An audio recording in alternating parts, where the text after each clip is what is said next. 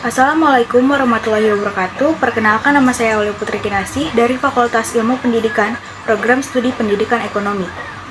Tujuan video ini dibuat untuk memenuhi tugas ulangan akhir semester mata kuliah Filsafat Ilmu Pendidikan. Di sini saya akan menjawab beberapa pertanyaan.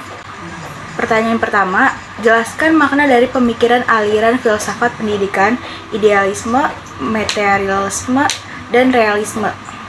Aliran idealisme. Tokoh aliran idealisme adalah Plato. Idealisme adalah suatu aliran ilmu filsafat yang menggunakan jiwa. Idealisme memandang bahwa pengetahuan itu sudah ada dalam jiwa kita, berupa ide atau pikiran. Aliran realisme. Istilah realisme berasal dari bahasa Latin, yaitu realis, yang artinya sungguh-sungguh, nyata, benar. Realisme adalah filsafat yang menganggap bahwa terdapat satu dunia eksternal nyata yang dapat dikenali. Aliran realisme berpandang bahwa hakikat realitas adalah fisik dan ruh bersifat dualitis. Aliran materialisme. Aliran materialisme adalah suatu aliran filsafat yang berisikan tentang ajaran kebendaan, di mana benda merupakan sumber segalanya. Apa yang dikatakan dan segala kegiatannya adalah suatu gerakan yang kompleks dari otak, sistem saraf, atau organ jasmani lainnya. Pertanyaan kedua, jelaskan makna aliran pemikiran filsafat pendidikan, pemikiran pendidikan di Indonesia. Pendidikan yang layak adalah pendidikan yang mempunyai tujuan-tujuan yang jelas dan mempunyai landasan atau yang disebut falsafah. Seperti halnya Indonesia yang mempunyai falsafah yaitu Pancasila.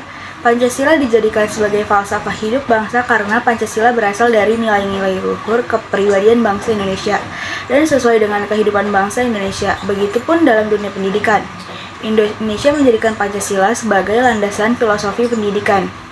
Pendidikan yang berlandaskan Pancasila dikenal dengan nama pendidikan nasional. Pendidikan nasional mengimplementasikan kegiatan pendidikan harus mengaplikasikan nilai-nilai moral dari 5 sila Pancasila melalui berbagai kegiatan. Pertanyaan ketiga, praktik pendidikan di Indonesia dalam perspektif filsafat pendidikan. Menurut saya, pendidikan adalah suatu usaha secara sadar dan sistematis untuk menyelenggarakan bimbingan, pencerdasan, pengarahan, dan pelatihan secara formal maupun non-formal, bertujuan untuk membentuk siswa yang berkepribadian cerdas, memiliki keahlian tertentu yang dapat dijadikan bekal untuk kehidupan masyarakat ya. Filsafat adalah hasil pemikiran dan perenungan mendalam sampai akarnya, dapat diartikan terbatas dan tidak terbatas. Filsafat membahas segala sesuatu yang ada di dunia.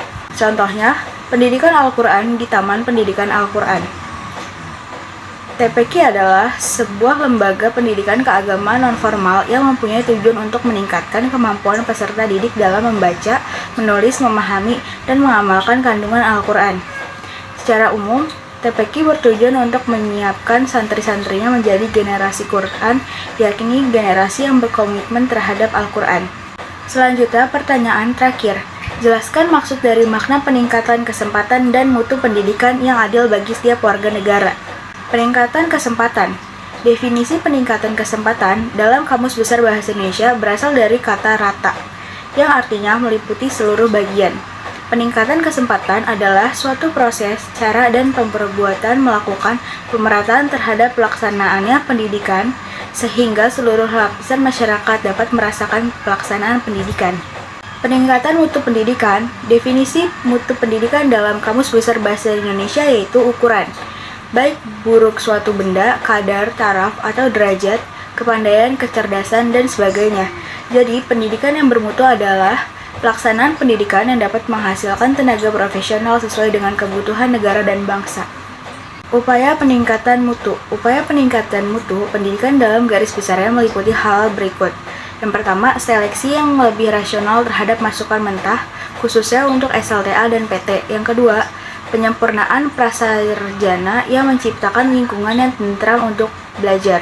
Yang ketiga, penyempurnaan sarana belajar seperti buku paket, media, pembelajaran, dan lainnya. Sekian video saya. Wassalamualaikum warahmatullahi wabarakatuh.